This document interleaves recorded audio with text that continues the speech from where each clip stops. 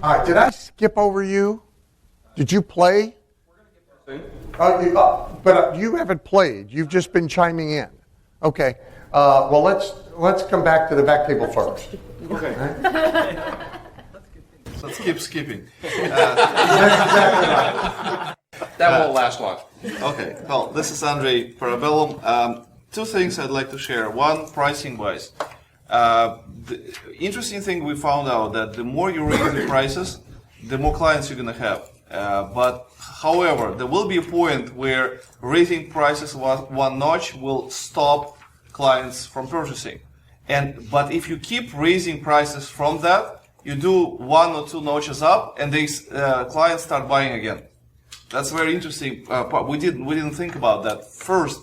But then we just, we raised prices from 1,000 to 5,000. People stopped buying, and we thought, hey, if they're not buying at 5,000, let them not buy at 10.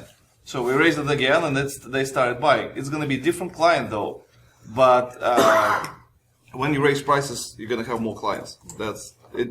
Illogical thing, but it works. Plus another thing, pricing wise, every year we're trying to come up with the answer to the question. What product should we introduce to the market that can bring more money than the entire business combined? So what if your entire business is a front end? What will be the back end? What an interesting question. What a great question. What an interesting question. That's really a good question. Every year we have to come up with the answer to the question. What if the entire business is a front end? What would be the new back end to it? So, and you have to come up with a back end that will make more money than the entire business combined. Isn't that a great question? That's really a good question. By the way, Ron was absent yesterday. You have got to tell him your whole seminar pricing model thing on a break, because he will be fascinated. You will be fascinated. This is as long as you've been in the seminar business, I promise you will not have heard this before. So you got to track them down on a break. And your coaching, or about the pricing, yes. 1,000, 5,000, 10,000, was that to come to It's a similar product. Is it a coaching product? What is it? It doesn't really matter. We tried. There is no correlation between what they pay and what they get. If they see value in whatever you're doing, then the format of them getting it doesn't really matter. Yeah, let me tell you something interesting about what he said, because there's 3 tests that I'm aware of that were actual tests where, to his point, somebody bumped price and they hit the wall where all of a sudden there's a substantial drop in purchasing, right? So the obvious conclusion is, okay, that's the wall, right? And so let's say it's $3,000. So you were selling at 1,000, that was fine. You went to 1,500, that was fine. You went to 2, you went to 2,500, you went to 29.97, no problem. You went to 31.97, oh crap, right? All of a sudden, 30%, 40% of your buyers aren't buying. So the obvious is, 29.97. That's it. That's where we're going to be, right? There's 3 tests I'm aware of where they then split tested at even higher price. And as he said, the purchasing returned at the higher price. And it just is continual reinforcement of the only correct answer to every direct marketing question is test. And you never stop trying to figure out what else can we test. There's also then presentation of price. I mean, there's a great direct response TV case history that then that pricing stayed in place for 5 years, where 3 payments of $39.95 outpulls $39.95. Now, I know everybody goes, huh? But, and so by the way, when it was suggested it be tested, everybody went, well, that's insane. Yeah, but let's test it. And all of a sudden, it's 3 times the money. Question for you.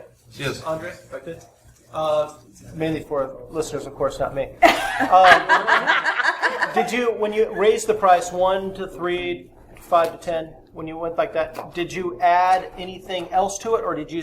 I'm adding something to it, but in the same, I'm changing that. So I can add something or I can subtract something. It has to change somewhat to show the market that the product changes. That's why the price changes. But in reality, it doesn't really matter. If they see that they will, people are illogical, so they make decisions based on what they are accustomed to buy. There will be clients that won't buy anything below $10,000 just because it's under the radar. They're not accustomed. Anything below 10,000 is the same price to them. So you charge 500 or 1,500 or 5,000. It's the same. It's like you going buying bread. Do you know how much bread is? Like, are you going to stop buying if it's going to double? No. Same thing here. People are buying because they're accustomed to those prices. Tell them about the real life mousetrap you set with that 5.5 hour cab ride. You were telling me last night at the bar about it. They have to like. He doesn't remember. You're just telling him at the bar. You should have captured this when you had a chance. It's 3 days. It's really that's for our trainings in exotic locations. The further away and the more exotic locations are, the more money they spend, and more people show up. So we try to make it better for them, to make it in Moscow, in Prague, like in the cities next to where they live. I mean, they don't show up. So, but when they had to travel but they had to fly 12 hours to Bangkok, then take a 5.5 hour cab ride down, then a ferry, then another cab, then, over 100 people showed up. It's just a version of, there's no crowd to get to the guy at the bottom of the mountain. I mean, yeah. 3-day event that costs $5,000, and he gives them the option. You can only pay for 1 day if you want. What are they gonna do? Leave? No, that's just like the Discovery Day model. They ain't, you know how they book their air. I mean, there's so the big myth in the seminar business, and you always hear it, is, we got to move it around. Or your house list will be telling you, you got to bring it to the West Coast. And as soon as you accommodate them, you do worse than when you were making them do what you wanted them to do. I mean, I had the conversation with Halbert the first time I went to do this, because you couldn't get to Key West directly. It was a pain in the ass, and I'm going, you could at least come to Miami. If they're going to come, they're going to come. If they're not going to come, they're not going to come. So I might as well be at home. And furthermore, I think they come more because it's inconvenient. I'm going, okay, fine, So I'm not surprised.